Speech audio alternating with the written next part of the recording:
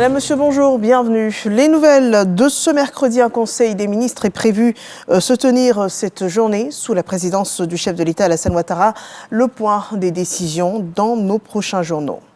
La Côte d'Ivoire abritera demain, 22 mai, la cérémonie officielle de distinction du prix Félix Houphouët-Boigny pour la recherche de la paix.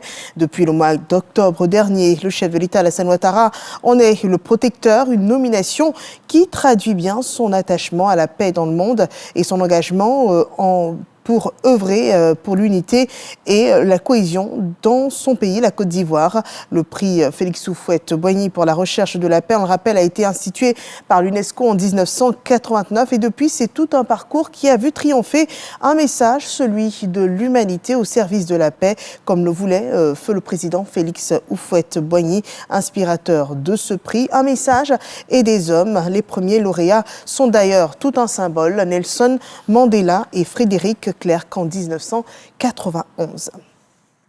Autre point de l'actualité en Côte d'Ivoire, l'économie. Une réflexion sur le financement des PME s'est tenue. Elle a mobilisé tous les acteurs clés de l'environnement financier en Côte d'Ivoire sur un seul thème, la finance s'engage. Suivons ce développement de Frédéric Gorebi et Sephora Zegui.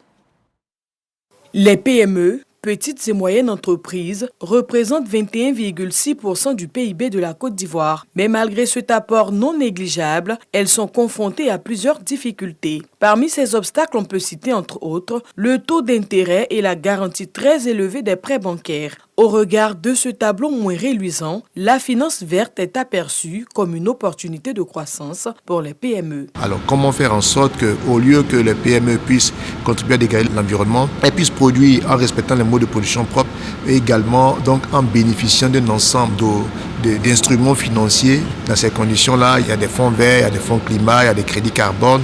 Il y a un ensemble d'opportunités qui peuvent être offertes. Pour vulgariser ce domaine de la finance, la Confédération générale des entreprises de Côte d'Ivoire a initié une plateforme de discussion appelée « La finance s'engage ». Le choix de cette thématique répond à la nécessité que nous avons définie au sein de notre commission et du patronat en général d'avoir un développement économique et de nos entreprises beaucoup plus vert, donc qui respecte le principe de la décarbonation pour protéger la planète, pour protéger notre pays également. Ce rendez-vous a également permis de récompenser les acteurs de l'écosystème financier pour leur engagement à soutenir activement les PME en leur offrant des solutions financières adaptées. Et ceci vient couronner, on va dire, toutes nos actions en faveur des PME, actions qui se caractérisent par le financement de leurs activités, mais aussi par un accompagnement en vue de leur permettre de compter, de contribuer positivement à la formation du tissu productif économique de notre pays.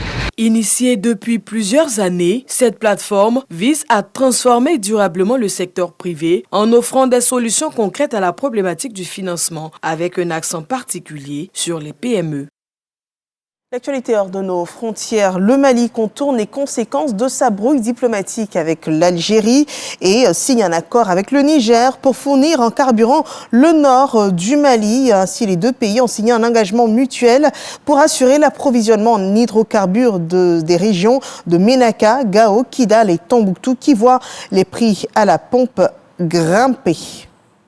Cyril Ramaphosa, le président sud-africain, est en visite aux États-Unis avec en point d'orgue une rencontre prévue ce jour avec le président américain Donald Trump. Une réunion pour évoquer des sujets de discorde entre Washington et Pretoria, notamment des tarifs douaniers imposés par l'administration Trump qui sont en ce moment suspendus. Rencontre qui intervient aussi dans un contexte extrêmement tendu entre les deux pays. Washington accusant Pretoria de prétendues persécutions à l'encontre des Afrikaners.